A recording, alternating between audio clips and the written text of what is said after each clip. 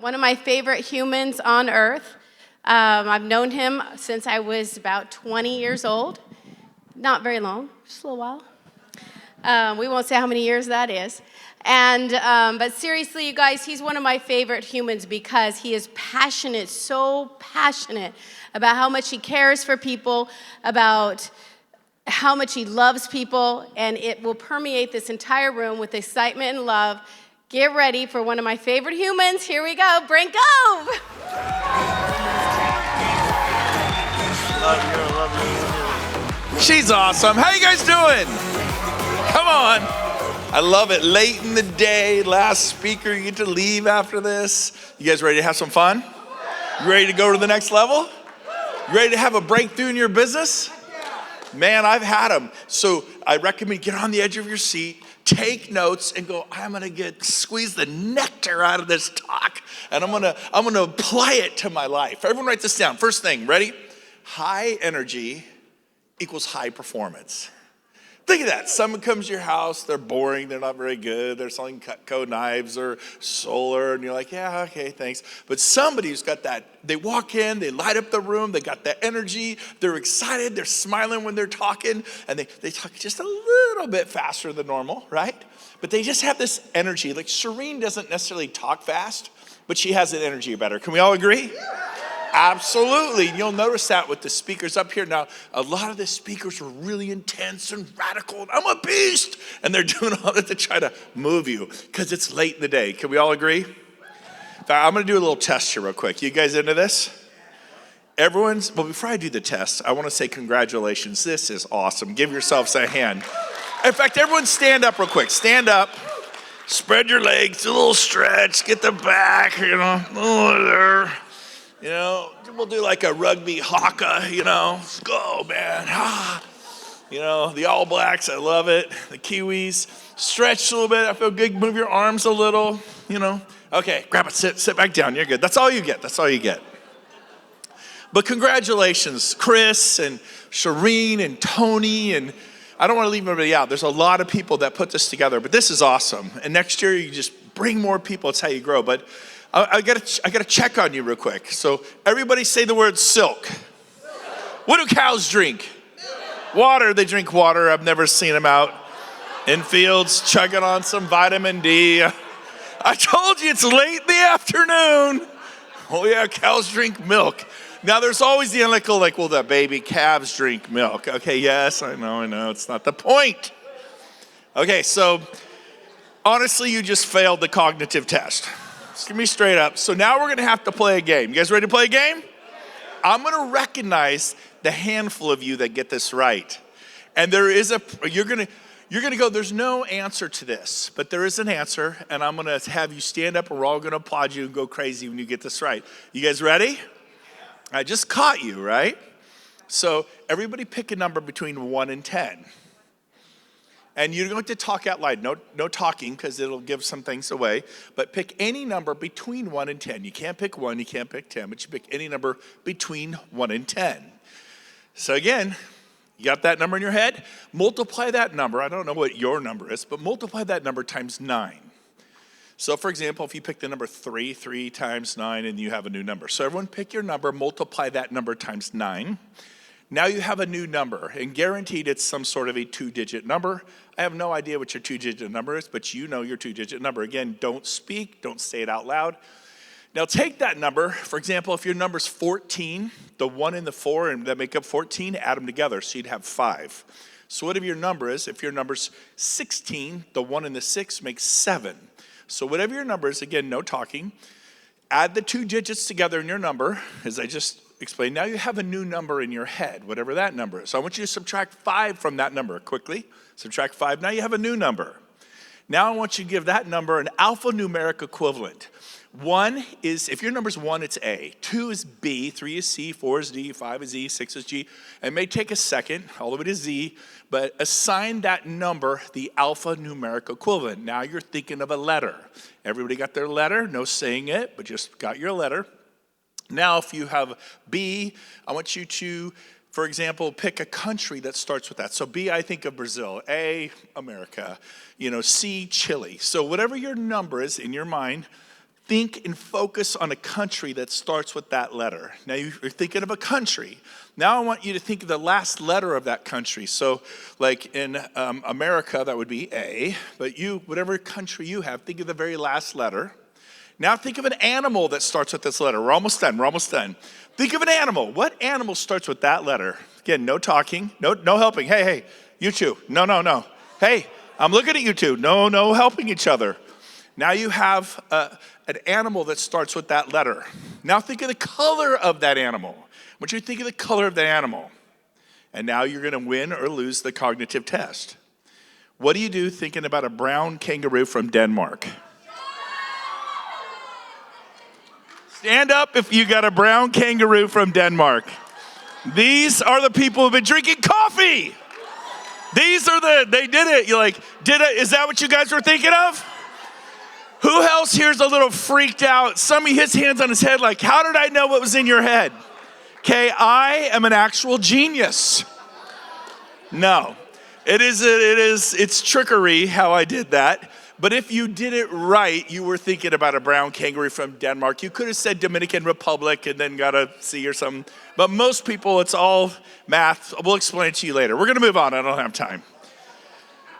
It's kind of cool, isn't it? For those who think, all right? All right. So here's what we're going to do. Who really is ready for a breakthrough? Write this down. If you keep doing what you've been doing, you'll keep having what you've been having.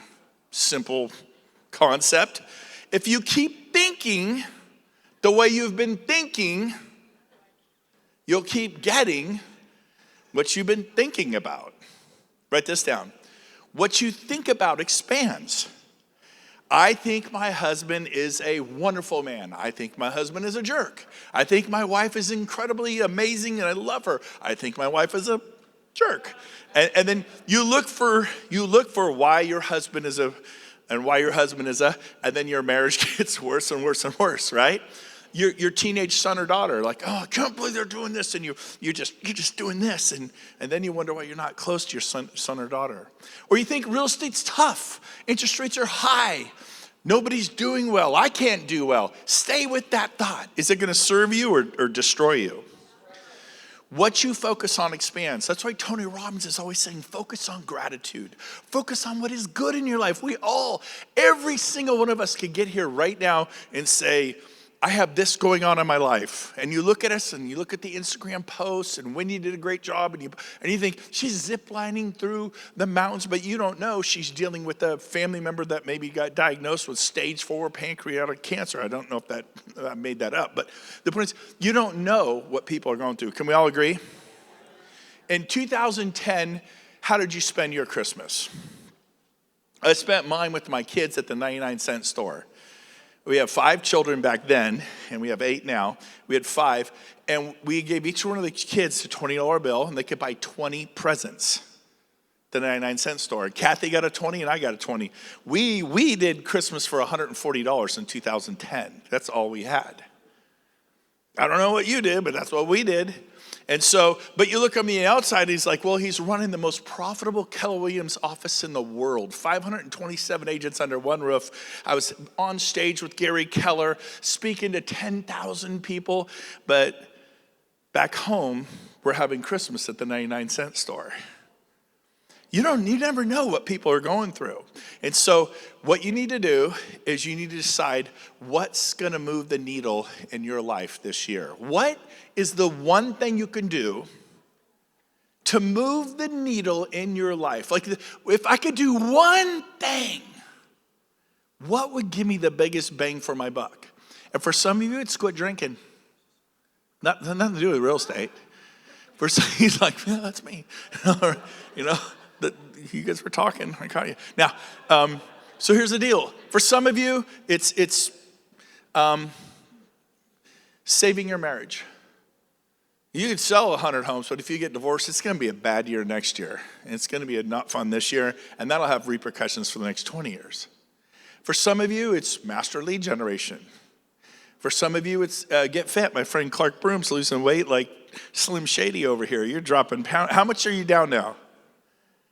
40 pounds. Give him a hand. Good job, Clark. But what's the one thing I remember from a business perspective? I was been in real estate for a few years. I was selling my first year I sold, 12 houses. The next year, 19. The next year, 28. But I realized I just didn't feel like I had a grip on lead generation. So I made a decision, I've got to master lead generation. I heard the number one RE/MAX agent in the world say that out of Canada, Craig Proctor. He says, you must master lead generation. I heard Gary Keller say that at Keller Williams. You have to master lead generation. And so Seneca said this thousands of years ago. He said, it is not because things are difficult that you do not try. It is because you do not try that things are difficult. And isn't that profound? I mean, he saw it thousands of years ago. Well, I would, but the interest rates are up, and I'm shy, and I would, but I'm afraid. I don't feel like it. I have, and it's like, get your butt out of the way, right? Write this one down. If you argue for your limitations, you get to keep them. I'm fearful, you'll be fearful. I'm broke, I just don't have the money to do it. You'll continue to be broke. I lack the courage. I don't have the discipline. Okay, you win, you don't have the discipline. And you live a life of quiet desperation. See, you will pay the price one way or the other. You pay the price of having a successful marriage. How do you do that? You read books. My wife and I are reading 3 books on marriage right now. Are you guys in trouble? No. 35 years in, it's exciting. It is incredible. I'm more in love with my wife than ever before. I feel sorry for those who only married 25 years. It's like we're having so much fun, but we work at it, man. We're not settling. That's not who I am. I don't settle for. Do you settle for? And I could tell you, man, we fought for our marriage. Are you reading books on marriage? You go to couples retreats? I went to Tony Robbins' relationship event for 7 days, so I'd been married 30 years. And I was blown away with what I learned. And I read books, I was like, how could I have not known this stuff? Well, it's because I never went. And yet we'll put money into coaching. I spent $10,000, $20,000, $30,000 on real estate coaching, and I started selling 100 homes a year, and 200 homes a year, and 300 homes a year, and 400 homes a year. But how much have you put into your marriage? Well, you don't know my wife. You don't know my husband. Right? How much have you put into parenting your kids? A friend of mine, we're having sushi. I go, hey, how's it going? Good, we're talking. I go, how's your family? And he just started bawling. He never came back up. He cried for a good 15 minutes sobbing. I mean, there's tears. And his son had just taken his life. I had no idea. He had no idea. He knew his son was depressed. But man, you got to show up. You mean I got to do it all? You got to do it all. See, there are 5 major areas of your life. And we would be remiss not to talk about all 5. Number 1, for me, the way I prioritize them is faith. How you doing? I don't got nothing there. Well, you might want to work on that. Okay, everyone has their own faith. I'm of the Christian faith. Maybe you're a Buddhist, whatever. But here's the deal. How are you? Do you have meaning and purpose? Work on that. Talk to people if you need help there. Number 2, for me, is family. Because I think if you succeed at real estate and you blow up your family, you've missed the whole thing. You can't get the genie back in the bottle. A friend of mine got diagnosed with stage 4 cancer. He's public about this. And he's 63, and he says, I'm so full of regret. I'm so full of regret. He said, I missed my whole life. I started working at 14. I worked 40 hours a week, 50 hours a week, 60 hours a week, 70 hours a week, 80 hours a week. I worked my whole life. He's super successful, has a lot of money, nice home, nice cars. He goes, I missed my kids growing up. I don't even have a relationship with my kids. My wife and I barely talk to each other.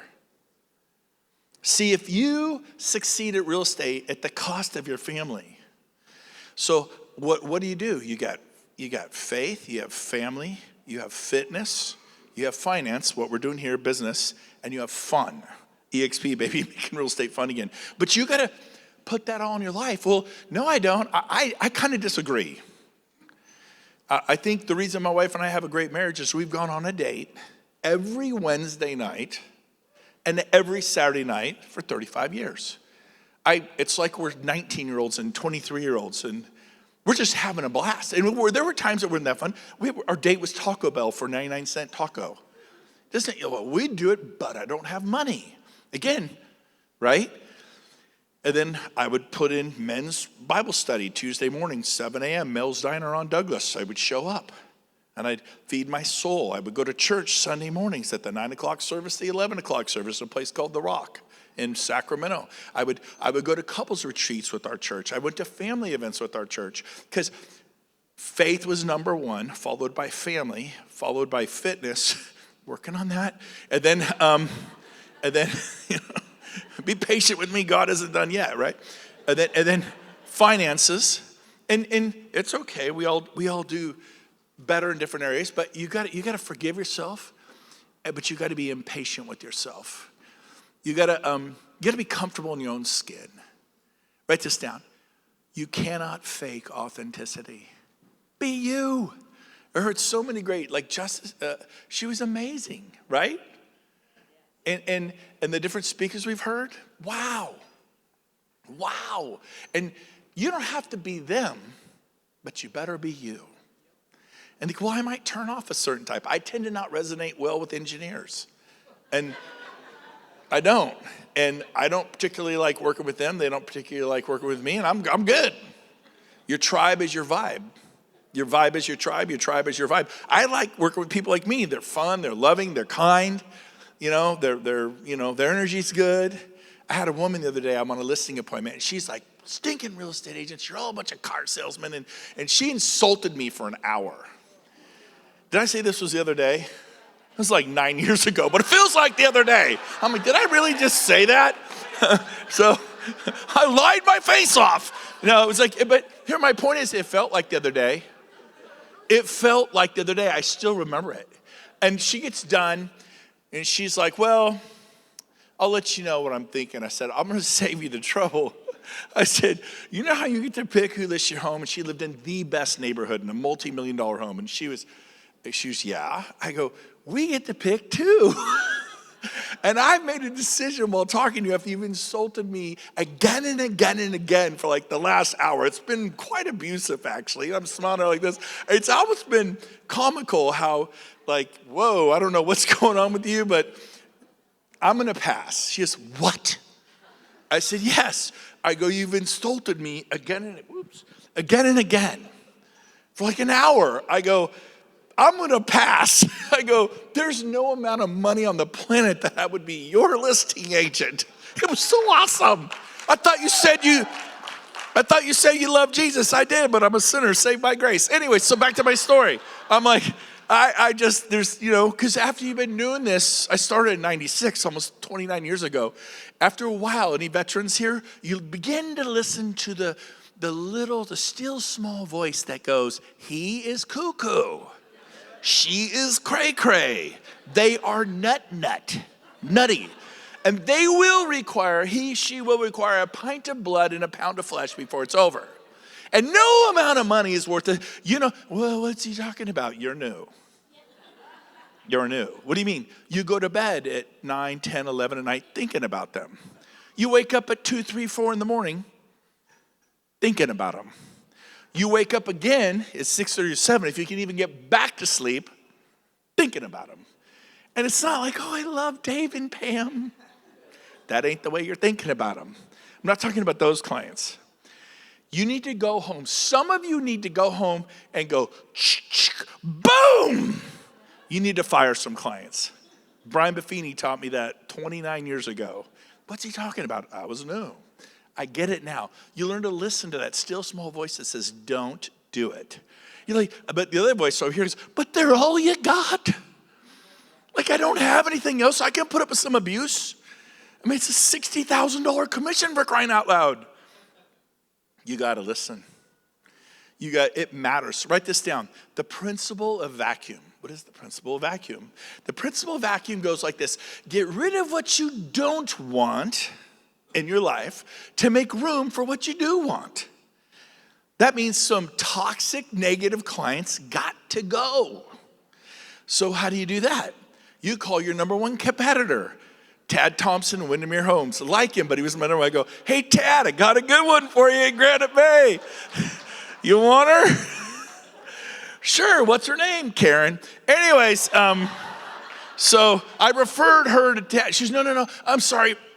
I'll behave. I'm sorry, I'm just having a hard time. Please, in fact, I want you to list the home. I said, the ship sailed. There's no way. There's no way. But I can tell you, my number one competitor, Tad Thompson, Windermere Homes, honestly, he's better than me. He sells more homes here. I'm really good. He's the best. If you're lucky, I'll put in a word for you. If you're lucky, he will list your home and represent you. You'd be lucky to have him, but if you treat him the way you treated me, he's got enough self-respect, he will not help you. He'll pass. I'll be good, I promise. I said, okay, I'll make the connection. He listed that home, she was on her best behavior. You know, he's like, you want a referral fee? I go, dude, I know you earned it. You keep it, man. I don't know, I don't even want the referral fee. Principle of vacuum, so what needs to go in your life? Drugs, alcohol, toxic friends, people who put you down, toxic clients. What sucks energy from you? Get rid of it. I'll say this. So what's the one thing that's going to move the needle? And bringing it back to real estate, I decided it was mastering lead generation. I had to figure that out. Most people walk around with 2 or 3 clients and they starve in real estate. How do you get to the point where you have 70, 80, 90, 100 clients? You hang out, you become intentional and purposeful about who you're hanging out with. I guarantee you, Dylan Nanaka, who's selling, almost maybe 1,000 homes this year, do you think he understands lead generation? Promise you he does. Do you hang out? Well, could I?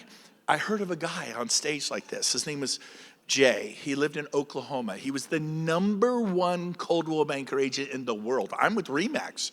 I call him up and I said, hey, I hear you're the #1 Coldwell agent in the business from Oklahoma. I mean, you think you'd be from San Diego or LA or, Miami or some big city. Oklahoma.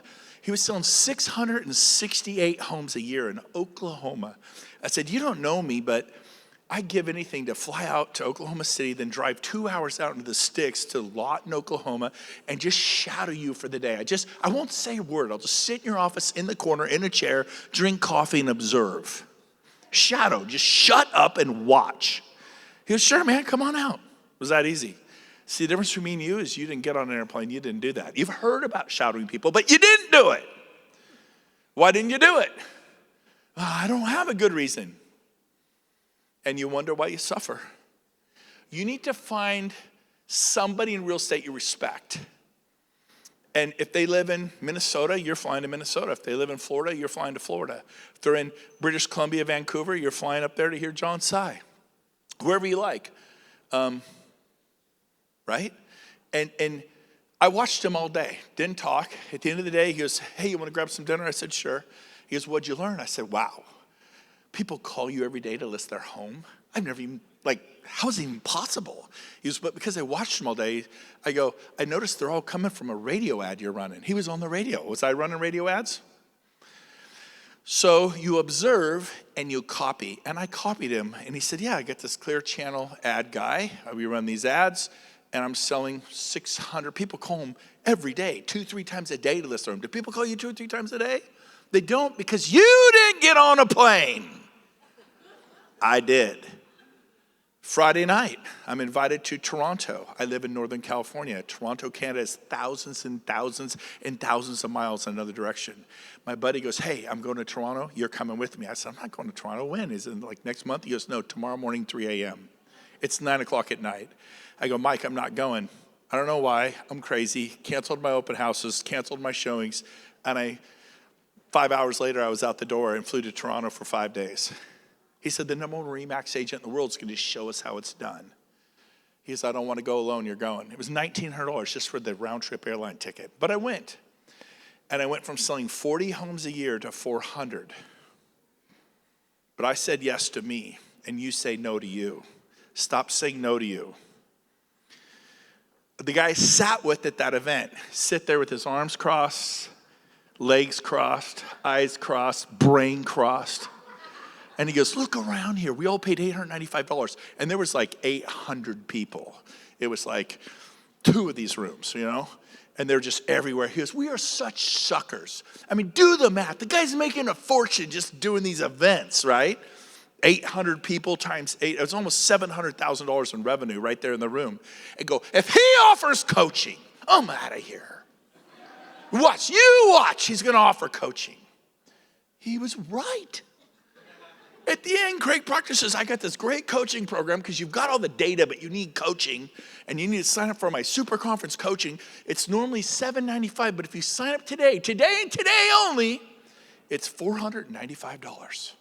And in 1999, he might as well have said $2,000. It's a lot of money back then, 26 years ago. The guy I'm next to, we are in the middle. I don't know him. Eyes crossed, arms crossed, angry he's there. Slams his book shut. Wham! Come on, who's got a book? Make a slam. Someone do a slam for me. There it is, yeah. And everyone's like, whoa, what was that? And he stands up and he looks at Craig Proctor, turns on and just steams out. And everyone's looking at me. I'm like, I don't know. Just sitting by him. I jumped up, ran to the back and signed up for coaching. I went from 40 sales to 400. Yeah, go ahead. Should I get a little thing? Because I say yes to me. You got to stop saying no to you. I said yes to coaching. I'll try. I paid for coaching. I did coaching. That wasn't very good. So have I. I've done coaching that wasn't very good. I wish I could tell you every coach you ever get is going to be perfect. Every event you ever go to will be meaningful. And it wasn't. They weren't all. There was one I went to, and my wife and I went on a Saturday, and it was so bad. And we paid like $1,000 each for a 2-day conference. I go, babe, it's got to get better. I just think he was tired. She says, please, honey, don't make me go tomorrow. Don't. I go, it's fine, go. I'm not that guy. Fine, stay home. But I'm going. There's got to be. I went the next day, right? You hang in there. It got worse. It was worse the second day. I'm quite sure this guy hated people. Like, he was horrible. There was nothing good I could think about. 2 days of my life, gone forever. But that's the journey of success. I wish I could tell you every event you went to you loved, every coach you hired. There's trials and tribulations. It's like, here's real estate. I'm excited, I'm depressed. I'm excited, I'm depressed. I'm excited, I'm depressed. It's just this crazy thing you're on. So I want to challenge you, put the big rocks in first. Put your kids in your schedule. What do you mean? I went from 40 sales to 400, but I was the Little League coach. I went from 40 sales to 400 a year. I was the soccer coach. I went from 40 sales to 400 and actually led a church service at my church on Sundays. I took my wife out every Wednesday and Saturday night. I spent time with my kids. I skipped the gym. I'm not perfect, okay? I'm a rugby player. Proud of it.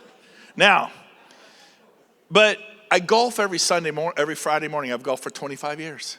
And when I was broke, I golfed Friday mornings. I knew I'd just lose my mind. Maybe you kite surf. Maybe you windsurf. Maybe my daughter's here. Alyssa, raise your hand. Where are you? Is she here? There she is, up high. Come on, claim me. There she is.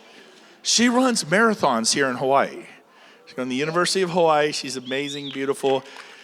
I bet her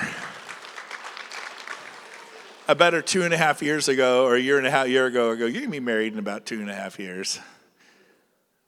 Anyways, see me if you're single. I'm going to win that bet. Now, I got pictures. She's gorgeous. Now, and she's got a better heart. I'm dead. She's going to kill me. That was not in my notes. Stick to the notes. Now, all right. She loves me. Everyone write down this word. Struggle. We all struggle. I know you're struggling right now. Every single person here, you're either struggling emotionally or mentally or physically or spiritually or financially. Like, if you were like, not me, baby, my life is perfect.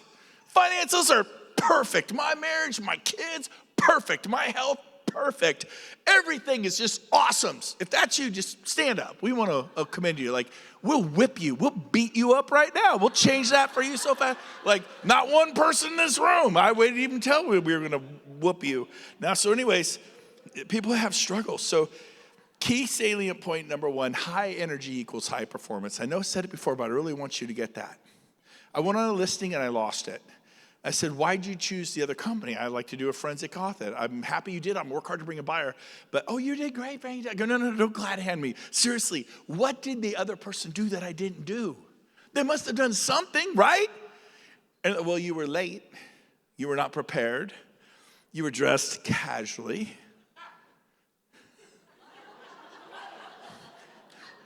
This is me pretty much at a wedding, a funeral, wherever, man. I mean, love me or leave me. I'm from Puerto Rico. I live on an island too. We only wear shorts and sandals. Deal with it. Now, okay, so, but anyways, he didn't say any of those things. What they said was, man, you were our guy. We interviewed 5 companies. We were going with you, but the very last one, man, that guy, he was just like, I want this listing so bad I could taste it. You say jump, I say how high. I guarantee you not an agent in Roseville, California will outwork me. I will turn over every rock, move every leaf. I mean, you will be so glad you gave me a chance. Just give me a chance. I want this listing. They look at each other and go, wow. The other 4, nobody. They liked it, and they listed the home with him. Because he had what? Energy, authenticity, they liked it. Now, I'm sure it doesn't work every time. But I emulate things I see. I would go on 7 listings and get 5 or 6 easily, maybe 6 out of 7. I wasn't used to losing. And so I went, okay, my next 10 listing appointments, I want this listing so bad I can taste it. You say jump, I say how high. I'll turn over every rock, every leaf. I'll talk to every agent. Nobody's going to outwork me. Give me a chance. Let me come to work for you. I got 10 for 10. 10 in a row, just mowed them down. They're like, heck yeah, baby, where do we sign? 6%? No problem. Although you don't get 6 anymore, do you here? It's different in Hawaii. You can't put 6 on the contract though, right? You put 3? I don't know, I have no idea. Anyways, whatever. I don't have to do that no more. Now, but here's the deal. Your mind is made to serve you. Most people serve their mind. What does that mean? I don't feel like it. I'm tired. You're not like Dylan and Aki. You're not like Chris. You're not like Shireen. You're not like Justice. You're not like Justin. You're not like Glenn Sanford. You're not, and your mind's dominating you. How about yes, I can? That's what we were hearing from our friend John Sy. Yes, I can. Yes, I will. And, I'm a golfer, and I used to putt really bad, 3-putt and 4-putt. You know what I'm thinking? I'm going to miss. I'm going to miss. And the freakiest thing happened. I'd miss. Now, when Jordan shoots the ball, or Steph Curry or Kobe Bryant, what do they think? Nothing but... Tiger Woods hits a putt, it's going to go 40 feet left to right. It's going to drain that sucker. It's going in. I'm just trying to get it somewhere respectably close. Right? I had to learn to think, okay, it's going in. It's going in the hole. That doesn't mean it's going to go in the hole. It's not like new age weird. But when you're thinking, I'm going to go on this show property all weekend, probably show property to them for 6 months a year. They'll probably buy new construction. I won't even get paid. Is that serving you? I used to think like that when I was new. I'm going to go on a listing appointment. I'm going to lose again. Because I went on so few listing appointments, I didn't know how to behave. What if you could turn it around? I ended up having so many clients. I showed property at 9 a.m., 11 a.m., 1 p.m., 3 p.m., 5 p.m., 7 p.m., and 9 p.m. Showed property at 9 now. That was a normal Saturday. You got an hour and a half. I got to get to the next appointment. We're going to look at 4, 5, 6, 7 homes. That's how this is going to go down. I'm going to show the worst ones first and the best ones last. And if I do this and all over like this, I don't go in order. I show the worst ones first and the best ones last. I may run over here, back over here, back over here, up here. It doesn't make any sense, but I sell a home every time. I'm shocked if I don't sell a home the first time I show property. I would tell them, I will find your dream home in the next week or 2, maybe 3. 2 or 3, you've been looking for half a year. Are you kidding me? I will find your dream home in the next 2 or 3 weeks. I believe with every fiber of my being. Let's go. Okay. They're not used to meeting people like that. My number 1 agent taught me that, Andrea Parker. Her first year, she sold 58 homes. Her first year. But she had something you didn't have. It's called an unfair advantage. Okay, what was it? She had a 2-year-old and a 4-year-old. She brought them everywhere. She showed property with them. Every offer was written at McDonald's in the playland. She stuffed them in the gerbil playland thing. Like there's one entrance. She stuffed them in there. She sat by it, and she'd write offers with her clients every single time. Sold 58 homes. Most successful agent ever. She know what she said? She would say, hey, I just hurt my Achilles heel. I'm not doing that. Almost jumped off the stage. Yeah, she would say, oh my gosh, I'm going to find you your dream home in the next 2 or 3 weekends. It's going to happen. I guarantee you, I'm going to find you the white picket fence, the oak tree, the swing, the view of the ocean. It is going to happen. Guaranteed. She'd say, you and me, I got you. I will find your home. 2 or 3 weekends, done. You're going to be so excited. She would actually do this. I didn't used to do that. I started copying her. I would sell a home first time out, second time out, all the time. I mean, if you're bringing them what they're looking for, right? But the problem is you bring them 5 gorgeous $2 million homes. I like the one that says, handyman special, bring your tool belt. What does that mean? We had dogs and cats and kids. Buyer can pick the carpet. What does that mean? Carpet is nasty, and they're too dumb to replace it. Well, we want them to pick the color. The house is nasty. It'll cost you $250,000. You pick the color, you put the carpet in. And so you learn through experience, and I would show property at 9, 11, 1, 3, 5, 7, and write offers for. I would sell homes like crazy all the time. My record was I sold 14 homes in a single month. How would you guys like to, personally, I didn't work with sellers, no listings, all buyers, all different buyers. How would you feel if you sold 14 homes in the past 30 days? How would you feel? When you get in multiple offer situations, there's 9 other offers. Are you excited? I am. I love multiple offers. It's my favorite thing. When I was new, I hated them. I always lost because I didn't know how to write a savvy, sophisticated offer. What is a savvy, sophisticated offer? Well, you close in 9 days. Oh, we can't do that. They're living in the house. No, you close in 9 days, and you give them 40 days to move out for free. No security deposit. I've done over 5,000 home sales. Never had a problem. But what if there's a problem? Then you tell them you are taking a chance, but the contract says the property has to be given to you in the same general conditions when you write the offer. And it's a possibility, but here's the deal. You want to give up the home over what are you going to ask for? A $1,500 security deposit, $2,000 security deposit? Because I'm a listing agent. I've had to promote give those to my seller. He goes, well, what's the security deposit thing? $2,000, $1,500, $2,500. What is this? Well, it means you have to leave the home in really good condition, or the buyer could demand that they get to keep some of that. Whoa. You mean the buyer's in control? Yeah. Wait a minute, I got 2 offers here for $2 million or $4 million or $1.2 million. But this Brent Gove guy, there's no security deposit. No, he says, in fact, he even wrote in the contract, a little weird, but he said, buyers trust the seller. There will be no security deposit needed. You're not supposed to do that. You know that? It's not illegal. I write in my contract. And so we close in 9 days on an occupied home.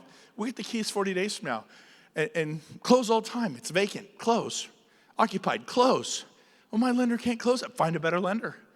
I've been all over the country, every state. Meet them all the time. Yeah, good credit, good job history. 9-day close. No problem. No problemo. And so close in 9 as is.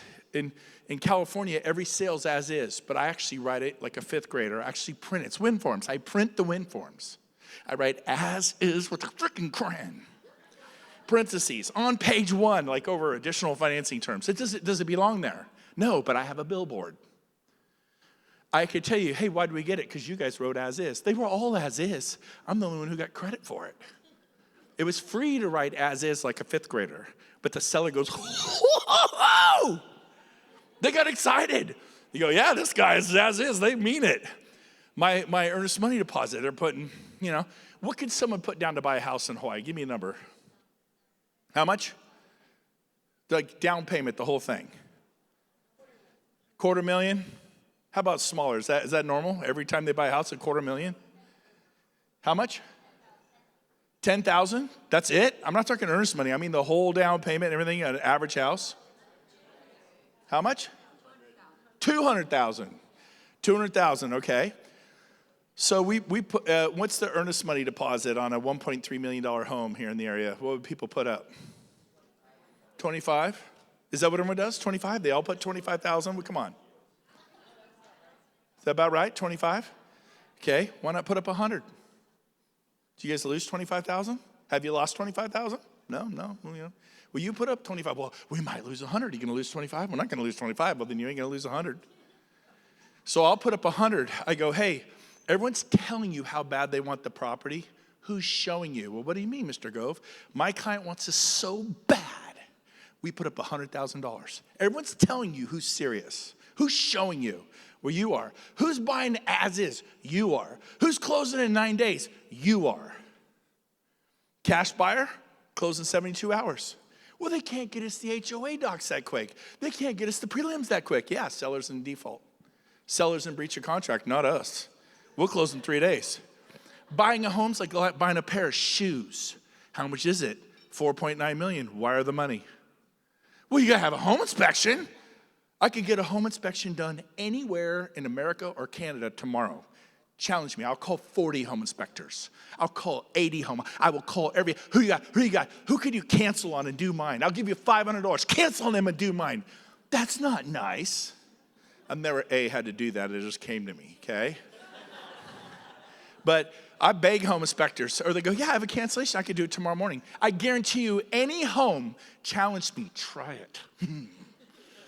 Any home in Hawaii, I will get done tomorrow because I'll call 100 people if I have to. I'll get the home inspection done tomorrow.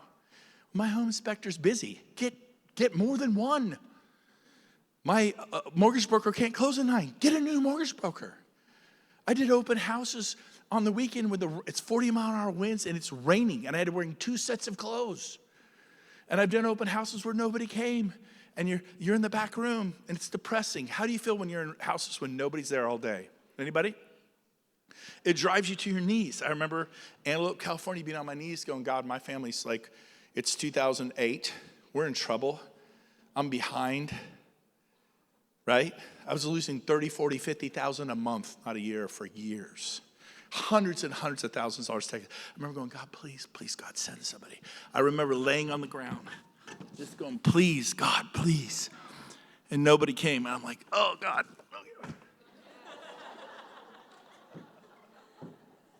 I'm begging God, please.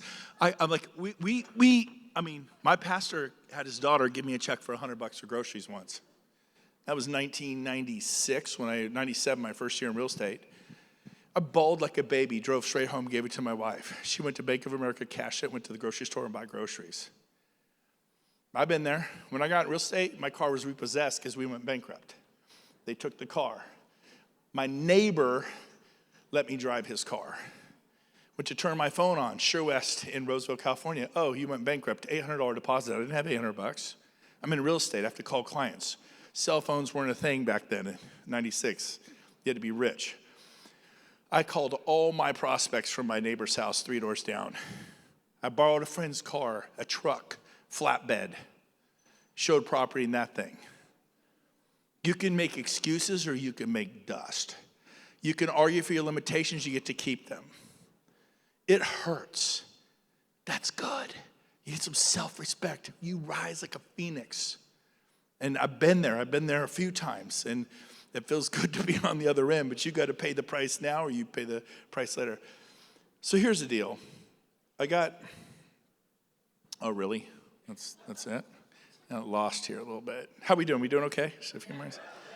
So that's the first time I look down. Oh, hell, it's getting serious. Okay, now. So I'll end with this.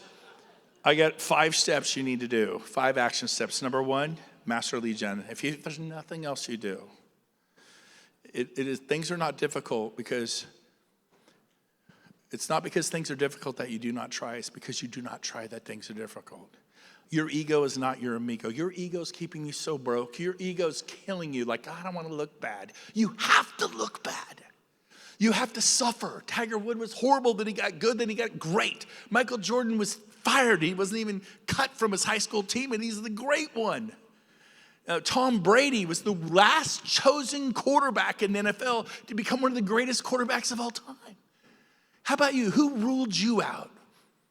You got to believe in yourself, not in a narcissistic way, but write this down. Self-loathing never served the world. If you hate yourself, you can't love other people. You need to learn to love yourself. You need to be comfortable in your own skin, not in a narcissistic way. But you gotta just be good with it, man. And fall in love with you and love others and be forgiving. So lead generation, Number 2, hire a coach. Get a coach. Michael Phelps had a coach. Wayne Gretzky had a coach. Steph Curry has a shooting coach and all this stuff. Astronauts have coaches. Number 3, build an accountability group, someone to run with. Who are you running with? I ain't running with no one. How's that program working for you? Well, it's not really working for me, Big Kahuna. I said, okay. So what you got to do is find a group you're going to run with. I did this at 19. At 19, I was washing dishes, and I got into sales, and I pulled 3 buddies together. And every night at 10 o'clock, we met at my house at 638 West First Avenue in Chico, California. Go look at it on Google Earth. Write this down, 638. The house is still there. It was 43 years ago. It was a shack right on the edge of campus. The rent was $250 a month for a house. 638 West First Avenue. Little picket fence out front, boards kicked in, dilapidated, should have been torn down. We met every night at 10 o'clock. 6 nights out of 7. For like a year. All of us went on to become super successful. Because we had running buddies. We had people that we are committed. And if we were 1 minute late, it was a $100 fine. Nobody was late. It was dangerous with the cars come flying in. But number 4, read 10 pages a night, 30 days a week. That's 300 pages a month. You'll read a book a month. And the next 12 months, you'll read 12 books. Did you read 12 books in the last 12 months? No, because you lack discipline. Have you read the book, The Greatest Salesman in the World? If you haven't, and you're in sales, it's the greatest book on sales ever written by Og Mandino, The Greatest Salesman in the World. If you haven't read it, raise your hand if you've read that book. Raise your hand. 20% of the room, 10% of the room, 5% of the room. It's called The Greatest Salesman in the World by Og Mandino. If you've not read the book, you are operating at a massive disadvantage. It's like not having a laptop and an iPhone and driving a bicycle selling real estate. It's like you're barefoot on stage. So here's the deal. It's that good. It's a paperback book. You'll read it tonight or tomorrow. Buy it from grocery cart or have them cart it to you or something. I don't know. I've never ordered from Amazon, by the way. It's a weird thing about me, but I have people. I got people for that. I want to be the last person on the planet that's never ordered from Amazon, side note. But read that. Read a book. Order 12 books and read 12 books. G.I. Joe, garbage in, garbage out. You put the good stuff in, the good stuff comes out. Listen to me. What got you here to the 7 properties you own is not going to get you where you want to be. What got you here is not going to take you there. You got to reinvent yourself. You got to be into personal development and personal growth. Finally, number 5, you got to put the big rocks in your schedule because you blow up your family. You blow up your faith. You can't get the genie back out of the bottle. My friend who's 63, his kids are grown. Sam Walton, who built Walmart, he didn't have a relationship with his kids. It's his greatest regret. The guy who, some sub shop, what's it called? I forget. He's a multi-billionaire. He goes, yeah, I totally missed my kids growing up, but we're good for it. No, you're not. You missed your kids. You missed the whole point. It's tragic. There is time to go to gymnastics. There's time to go to water polo. There's time to do it and to be present and to look at it and to create magical moments for your family. Walk on the beach. Cook some hot dogs. Put your phone in. I'll pay for this. If I hurt, the sound guys are pissed. Now, I'm serious. I'll send you $500. Probably a $3,000 mic. Okay, kind of forgot about that, but I'll take care of it. So I'm good for it. Now, it's not the force of the gale, but the set of your sail that determines your direction in life. It's not the force of the gale. It's stormy in your life. Anybody sail around here? You guys into boats? When there's no wind, people are like, it's a crappy day. But when there's wind, be like, whoa, let's go sailing. And you put your mainsail up and or you're windsurfing, you catch that wind. You harness the wind. The faster the wind blows, the faster the boat goes. The very reason why you can't is the reason why you should. You got to go deep. So I'm going to end with this story. It's 1903.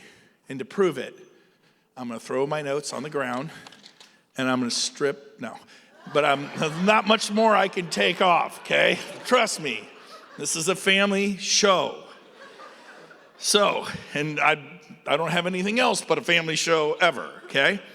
But it's 1903, and little Jimmy's born after the turn of the century. And when he's a young man, about 1923, he finds out, hey, I'm a good boxer. True story. They made a movie about this guy's life.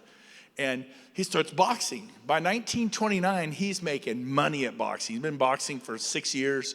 He's beaten everybody. He lives in a nice home. He drives a nice car. He's like Floyd Mayweather, Money Man Floyd or whatever. He's got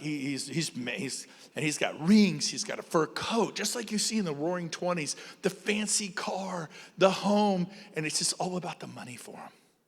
And then he gets in a fight just prior to the stock market crash.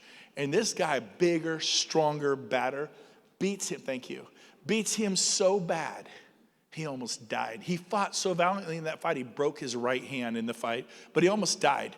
The boxing commission in New York revoked his boxing license. And they said, we could be sued, and, we're just not okay with you. And he lost his ability to box. The Great Depression hits. The stock market crashes. He's a washed-up boxer with a broken right hand. So he goes, like anyone, he goes down to the docks. He's going to unload freighters. And they'd have 300-400 guys on the docks, and they'd pick like 30.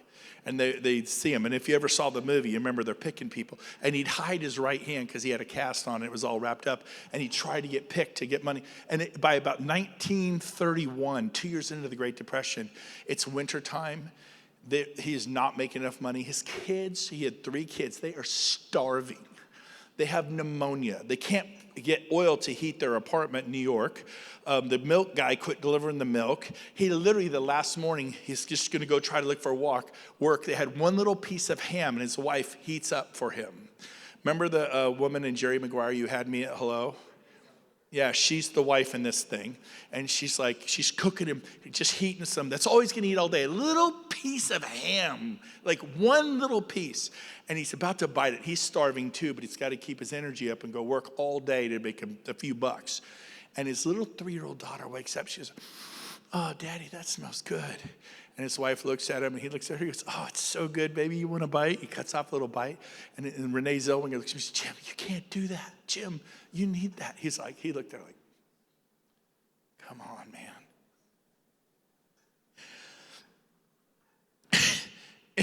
He just cuts it up in little bites and feeds his 3-year-old daughter like a baby girl. And he goes out the door with no food. He's starving. He's gone. His kids. A few days later, he gets home. The kids are gone. That night, they showed them all sleeping. You could see their breath in the apartment. They've all got pneumonia. They're all coughing. They're literally starving and dying. True story. And he gets home a few days later looking for work. And his wife there's nobody there except for his wife. And he's like, he panics, where are the kids, where are the kids, where are the kids? And Renee's like, calm down, Jim. He's, no, where are the kids, where are the kids? And he's freaking out.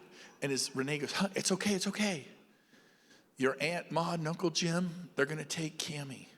Your parents in Ohio, they're going to take little Timmy. And my best friend and her husband up in Maine, they're going to take Johnny. What are you talking about? He goes, Jim, we can't take care of our own children. They're dying, Jim.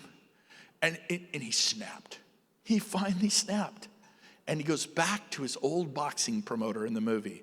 And he barges into where all these rich boxing promoters are. And they're eating, smoking cigars. Not everybody was devastated. And he walks in there, he's dressed like a bum. He looks horrible. And he was the great Jim so-and-so. And everyone's like, oh, what's he doing here? And he takes his hat off and he just walks up to tables. And he looks at them like, I'm going to kill you guys. And he pulls his hat out. And he looks at them, they look at each other like, what is this? And he's looking at them like, oh, crud. They start throwing money. He went to every single table. He held his hat out. He looked at the money and he left because they made a fortune off of him when he was boxing, right? And that got him a few more days. And then it's still bad. The kids hadn't left yet. And so she's like, Jim, we gotta get rid of the kids. And he goes and finds this old promoter. And he's like, knocks on the door. And he's like, what do you want, man? He goes, you owe me. He goes, you're living high and you made so much money. And he picks him up in the air and holds him against the wall. He goes, I need a fight. Get me a fight. One fight. And the guy's feet are off the ground. He's scared to death. And he's like, okay, man, okay, I'll get you a fight. That's $50, that's it, which is like ridiculous. He goes, $50? He goes, yeah, will you fight for $50? He goes, for $50, I'd fight my grandma right now. And he gets him a fight. Now, Jim couldn't use his right hand for 2 years because it was broken. He did everything with his left hand. He always had a horrible left hand. But the tragedy of breaking his right hand caused his left hand to become strong. And he started wailing this guy, hitting him with both hands, a right and a left, beat him. His old box, like, wow, that's pretty good. You want to do another one? He's, yeah, $100. Does another one. That's pretty good. Another one, $200, $300, $500. He fights. He wins 27 fights in a row. Just mows everybody down. And he's like, there's the old Jim. Where you been? And where'd you get that left hand? From the adversity. From the adversity.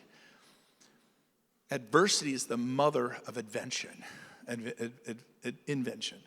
so what happens is, they've got money back, and he gets the fight with the guy that almost killed him. And he got his license back from the boxing commission. It's still the Great Depression. He's like the hero. He's like the came up from nowhere. And he's like, everybody's voting for this guy. Like Nate Diaz beating Conor McGregor, if there's any UFC fans. That was an awesome day for me. And so his wife's crying, begging him not to fight this guy because he almost killed him. Please, Jim, don't. He's like, I got to do it. And he gets in the fight, and he just beats the tar out of this guy. It's huge, broad shoulders. He's doing great. He's not washed up. He's at the peak of his career. And Jim's just wailing on him. And by the third row, can you bring me a chair? Would you mind just bring me a chair? By the third, what's it called? Round. The big, strong guy that's way bigger than him is sitting in his corner, and his guy's just throwing water on him. He's like, what's the matter with you? You whipped this guy last time. You whipped him. And he looks back. He puts his guards out. He looks up at him, and he goes, he ain't the same guy. This is like a completely different person. And he ended up just making mincemeat of him and beat him. Well, that fight in the movie got him the heavyweight championship of the world after he beat that guy, a guy named Max Baer, who killed 2 men in the ring. And so he's going to fight Max Baer, and his wife now, Renee Zellweger's going completely, I'm keeping the chair, okay? I got to pay for the mic. That's mine. Now, so his wife's like, you cannot fight Max Baer. He's killed 2 men. And he's like, I got to do it. And, of course, the night comes, and he's fighting Max Baer. It's 1932, 1933, and the press corps jammed in there, and they nicknamed him the Cinderella Man, if you've ever seen the movie. And so he's talking to the press corps, and they're all going back and forth. And this guy looks up, and he goes, so, Jim, what changed? What made the difference? What happened, Jim? And everyone gets quiet, like, oh, that's a good question. And he goes, I know what I'm fighting for.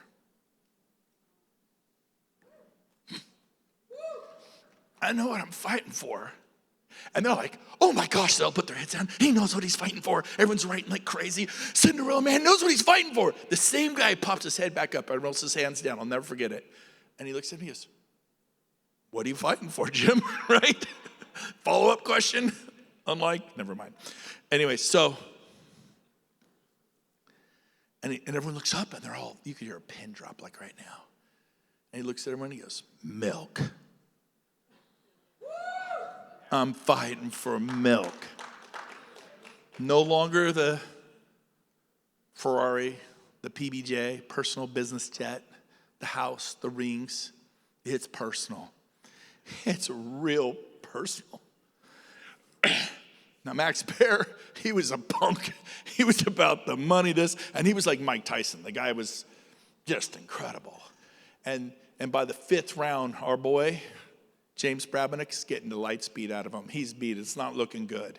And Max Baer's wailing on him. And all of a sudden, around the 5th round, he hits him in the face, and he goes down, he gets up, and he just spits blood. And then he goes, shakes it off, and he realizes, he can't hurt me. I just took his best shot. I'm still standing. Wipes the blood off his face, and just kind of smiles at him. And Max Baer got scared. He's like, what's wrong with this guy? Just give him my best shot. He got up and he took it. And he went on to pulverize Max Baer and became the heavyweight champion of the world. It is an awesome. Go watch the movie Cinderella Man. So my question to you as we end BUILD25 in Hawaii, I have a question for you. The same question they asked him in that press corps. What are you fighting for? What 7-year-old? What 14-year-old? Who's counting on you? It's personal. You failing at real estate is unacceptable. You will put yourself through, if you're choosing to do sphere marketing or to be like John Sy and call 50 people a day, 5 days a week, 250 a week, 1,000 a month to get better and better to sell 149 homes. Whatever it's me, I did was an open house guy. Then I watched Jay Kender, the #1 cold maker, and started learning ads. And then I went from buyers only to where I had 18 to 28 listings all the time. I became that guy. The people, I'm like, how do they get listings? Nobody calls me. And then I had all the listings. I turned them down. I had 6 listing specialists. I had so many listings. So what are you fighting for? You better figure it out and do something great. Do something magnificent with your life. And refuse to live a life of quiet desperation. And run through a doggone brick wall if you have to. Thanks for having me. Have a great time. We'll see you next year. Go Hawaii! Come on! Woo!